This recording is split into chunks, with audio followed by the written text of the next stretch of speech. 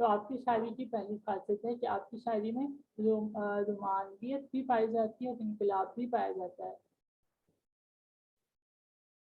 اس کے بارے میں کہا جاتا ہے کہ رومان انقلاب کی کشمکش کے معاملے میں فیض کا شعور تعاملات اور تضادات کی آمیزشہ ہے۔ وہ ہنوز فیصلہ نہیں کر پائے کہ ان کی صحیح سمت کیا ہے، جسم کے دل آویز خطوط یا زمانے کے دکھ۔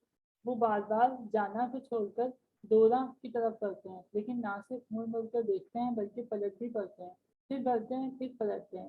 جیسا کہ وہ شعر میں کہتے ہیں، مقام فیض کوئی راہ میں جچا ہی نہیں، مقام فیض کوئی راہ میں جچا ہی نہیں، جو کوئے یار سے نکلے سوئے دار کو چلے۔ فیض کے یہاں غم دورہ اور غم جانا ایک ہی جگہ یکجا ملتے ہیں۔ انہوں نے محبت اور انقلاب کے ترانے ایک ساتھ گائے ہیں۔ فیض کا فنی کمال یہ ہے کہ انہوں نے کلاسیکیت اور رومانویت کو قالب شعر میں ڈھال کر ایک منفرد اسلوب اور لہجہ تخلیق کیا۔ فیض احمد فیض نے تشبیہات اصطلاحات کو استعمال کرتے ہوئے وطن کو اپنا محبوب قرار دے کر وطن سے محبت کا اظہار اس طرح کیا جیسے کہ کوئی شخص اپنے محبوب سے اظہار محبت کر رہا ہو۔ کہتے ہیں، تیرے ہونٹوں کے پھولوں کی چاہت میں ہم، تیرے ہونٹوں کے پھولوں کی چاہت میں ہم، دار کی خوش ٹہنی پہ وعدے گئے، تیرے ہاتھوں کی شمعوں کی حسرت میں ہم، تیرے ہاتھوں کی شمعوں کی حسرت میں ہم، نیم تاجے کی راہوں میں مارے گئے۔ یہ سوال فیض کی زبان پر اس لیے بھی شعر بن کے نمودار ہوا کہ کاشتکار کی محنت کا ثمر ذاتیدار کی جھولی میں چلا جاتا ہے اور مزدور کے بسینے کے قطرے دولت کی شکل اختیار کر کے سرمایہ دار کی تجوری کی زینت بنتے ہیں۔ فیض اس بات پہ یقین رکھتے ہیں کہ جب رومان اور انقلاب ایک شاعر کے فن اور ذات میں ڈھل جاتے ہیں تو رقص پسند شاعری پیدا ہوتی ہے۔ وہ سستی جذباتیت اور نعرہ بازی کے خلاف ہیں۔ وہ صرف انقلاب کا نعرہ بلند کر کے کشت و خون کی دعوت دیتے نظر نہیں آتے، بلکہ وہ نرم اور کومل الفاظ میں ہمیں انقلاب کے راستے سے روشناس کرواتے ہیں۔ فیض پر یہ حقیقت واضح تھی کہ روٹی، کپڑا، مکان وغیرہ کے مطالبات انسان کے جسم سے متعلق ہیں۔ اس کی روح کی طرف روٹی کپڑے کے بجائے روحانی تسکین کی متلاشی نظر آتی ہے، اور جس کی تسکین انہیں رومان ہی میں نظر آتی ہے۔ ان کے ہاں اختر شرانی کسی سطحی رومانیت نہیں ملتی، بلکہ بڑی خوبصورت تشبیہات کے ذریعے اپنے محبوب پر ذکر کیا ہے۔ کہتے ہیں، رات یوں دل میں تیری کھوئی ہوئی یاد آئی، جیسے ویرانے میں چپکے سے بہار آ جائے، جیسے صحراؤں میں ہولے سے چلے باد نسیم، جیسے بیمار کو بے وجہ قرار آ جائے۔ فیض کو سوشلزم سے وابستگی اور آزادانہ اظہار خیال کی کڑی سزا بھگتنی پڑی اور اپنی زندگی کے بہترین ماہ سال قید میں رہتے گزارے، لیکن فیض کی فکر پر پہرے نہ لگائے جا سکے اور نہ فیض کے نظریات پر پابندی لگائی جا سکی۔ چنانچہ عین گرفتاری کے دوران بھی فیض نے انقلابی خیالات کا اظہار جاری رکھا۔ کہتے ہیں، ایک خاک نشینوں اٹھ بیٹھو، وہ وقت قریب آ پہنچا ہے، جب تک گرائے جائیں گے، جب تاج اچھالے جائیں گے، اب ٹوٹ گریں گی زنجیریں، اب زندانوں کی خیر نہیں، جو دریا جھوم کے اٹھے ہیں تنکوں سے نہ ٹالے جائیں گے۔ انقلاب کا یہ تصور کشت و خون سے ہو کر گزرتا ہے۔ زندان میں فیض کے دماغ پر قیامت گزر گئی جب فیض کو غدار وطن دشمنی کے الزامات لگائے گئے۔ اس راہ میں جو سب سے گزرتی ہے وہ گزری، تنہا پس زنداں کبھی رسوا سر بازار، گرجے ہیں بہت شیخ سرگوشہ منبر، کلکے ہیں بہت اہل حکیم برسر دربار۔ فیض ایک طرف انقلاب کے نعرے بلند کرتے ہیں اور دوسری طرف محبت کے گیت الاپتے نظر آتے ہیں۔ ان کی انقلاب روح انہیں انقلابی درس دینے پر مجبور کرتی تھی۔ ان کے اشعار میں رومان انقلاب کی وجہ سے گناہیت اور شگفتگی کے علاوہ رنگینی کا احساس ہے، اور وہ زندگی کی سچی مسرتوں سے لطف اندوز ہونے کے خوابہ ہیں۔ رنگینی، حسن اور نزاکت خیال ان کے اشعار میں منفرد انداز میں نظر آتے ہیں۔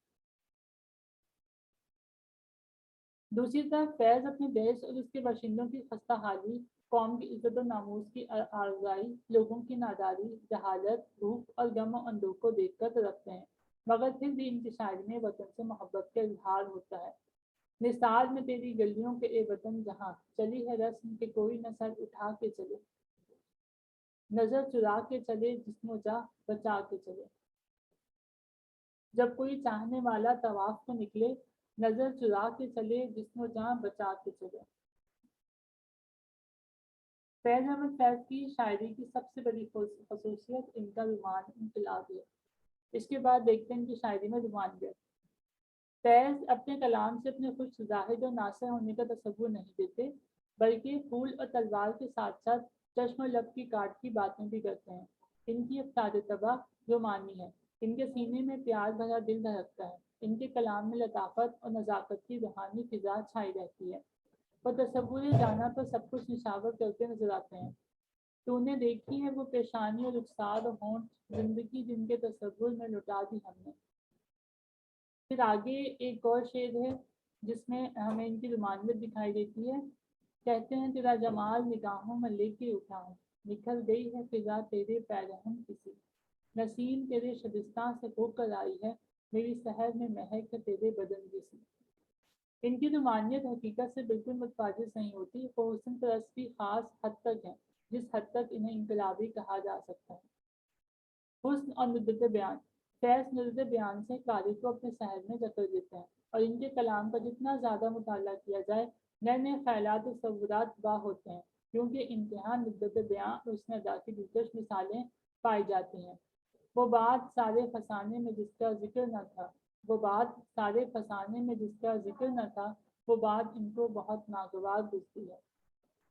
وہ تو وہ ہے تمہیں ہو جائے گی الفت مجھ سے، وہ تو وہ ہے تمہیں ہو جائے گی الفت مجھ سے، ایک نظر تم میرا محبوب نظر تو دیکھو۔ جذبات کی ترجمانی، شاعری میں جذبات کی ترجمانی کے لیے صدق و خلوص انتہائی ضروری ہوتے ہیں۔ صرف احساسات، محسوسات اور جذبات کے بیان کا نام شاعری نہیں ہوا کرتا۔ فیض کے ہاں ہمیں پرخلوص جذبہ صداقت اور اسلوب اظہار پر کامل قدرت ملتا ہے۔ کہتے ہیں تمہاری یاد کے جب زخم بھرنے لگتے ہیں، کسی بہانے تمہیں یاد کرنے لگتے ہیں، ہر اجنبی ہمیں محرم دکھائی دیتا ہے جو اب بھی تیری گلی سے گزرنے لگتے ہیں۔ عشقیہ شاعری، فیض کی شاعری حقیقی جذبات کی عکاسی کرتی ہے۔ ان کی شاعری میں عشق و مستی اور چاہت و محبت کا بھی کثرت سے ذکر ملتا ہے۔ ان کی شاعری محبت کا ایک دل آویز نمونہ ہے۔ اس اظہار میں چاند کی چاندنی سی ٹھنڈک اور سکون، باد نسیم کسی نازک خرامی کے علاوہ محبت کا لوش اور رس ہمیں دلکش پیرائے میں نظر آتا ہے۔ اس قدر پیار سے بے جان جہاں رکھا ہے، دل کے رخسار پہ اس وقت تیری یاد نے ہاتھ، یوں گماں ہوتا ہے گرچہ ہے ابھی صبح فراق، ڈھل گیا ہجر کا دن، آ بھی گئی وصل کی رات۔ وطن پرستی، فیض کو بھی اپنی مٹی سے پیار ہے۔ اس مٹی کو وہ محبوبہ کتنا چاہتے ہیں، محبوبہ اور وطن میں فرق نہیں کرتے۔ فیض کو اپنے وطن سے بے حد محبت ہے، وہ اپنے وطن سے اس طرح محبت کرتے ہیں جیسے کوئی مرد کسی عورت سے کرتا ہے۔ اپنی مشہور نظم دو عشق میں اپنی محبوبہ کو مخاطب کرتے ہوئے کہتے ہیں، تنہائی میں کیا کیا تجھے یاد کیا ہے، کیا کیا دلزار نے ڈھونڈی ہے پناہیں، آنکھوں سے لگائے ہے کبھی دست تباہ کو، ڈالی ہے کبھی گردن مہتاب میں باہیں، لیکن وہ ساتھ یہ کہتے ہیں، جہاں اسی رنگ میں چاہا ہے اسی رنگ میں لہلائے وطن کو، چاہا اسی رنگ میں لہلائے وطن کو، تڑپا ہے اسی طور سے دل اس کی لگن میں، ڈھونڈی ہے یوں ہی شوق آسائش منزل رخسار کے خم میں کبھی کاکل کی شکل میں۔ للائے وطن سے محبت فیض کی غزلوں کا ایک مستقل موضوع ہے۔ وہ جا بجا اپنے محبوب دیس اور اس کے باسیوں کی خستہ حالی، قوم کی عزت و ناموس کی ارزائی، لوگوں کی ناداری، جہالت، بھوک اور غم کو دیکھ دیکھ کر تڑپتے ہیں۔ فیض کو اپنے وطن سے بے پناہ محبت ہے۔ جیل کی زندگی نے اس محبت کو اور بھی جلا بخشی۔ جیل جہاں انسان سے اس کی مرضی چھین لی جاتی ہے، فیض کے لیے سہانے روح تھی۔ وہ جیل کی اندھیری کوٹھی میں وطن کا تصور کچھ اس طرح کرتے ہیں، بجھا جو روزن میں زنداں تو دل نے سمجھا ہے کہ تیری مانگ ستاروں سے بھر گئی ہوگی، بجھا جو روزن میں زنداں تو دل نے سمجھا ہے کہ تیری مانگ ستاروں سے بھر گئی ہوگی، چمک اٹھے ہیں سلاسل تو ہم نے جانا ہے کہ اب سحر تیرے رخ پر بکھر گئی ہوگی۔ تغزل، فیض کی شاعری کی اصل خوبی ان کا وہ طرائے اظہار ہے جس میں تغزل کا رنگ و آہنگ تہنشیں ہوتا ہے۔ یہی طرز بیان ان کی شاعری کا امتیازی وصف ہے۔ تعمیرات کی ندرت اور تشبیہوں کی جدت اس کے اہم اجزا ہیں۔ ان کی نظموں میں ایسے ٹکڑے جن میں اجزا سلیقے کے ساتھ یکجا ہو گئے ہیں واقعاً بے مثال ہیں۔ بیان کی شگفتگی ایسے اجزا میں درجہ کمال پر نظر آتی ہے اور پڑھنے والا کچھ دیر کے لیے کھو سا جاتا ہے۔ اس قدر پیار سے جانے جہاں رکھتا ہے دل کے رخسار پہ اس وقت تیری یاد نے ہاتھ،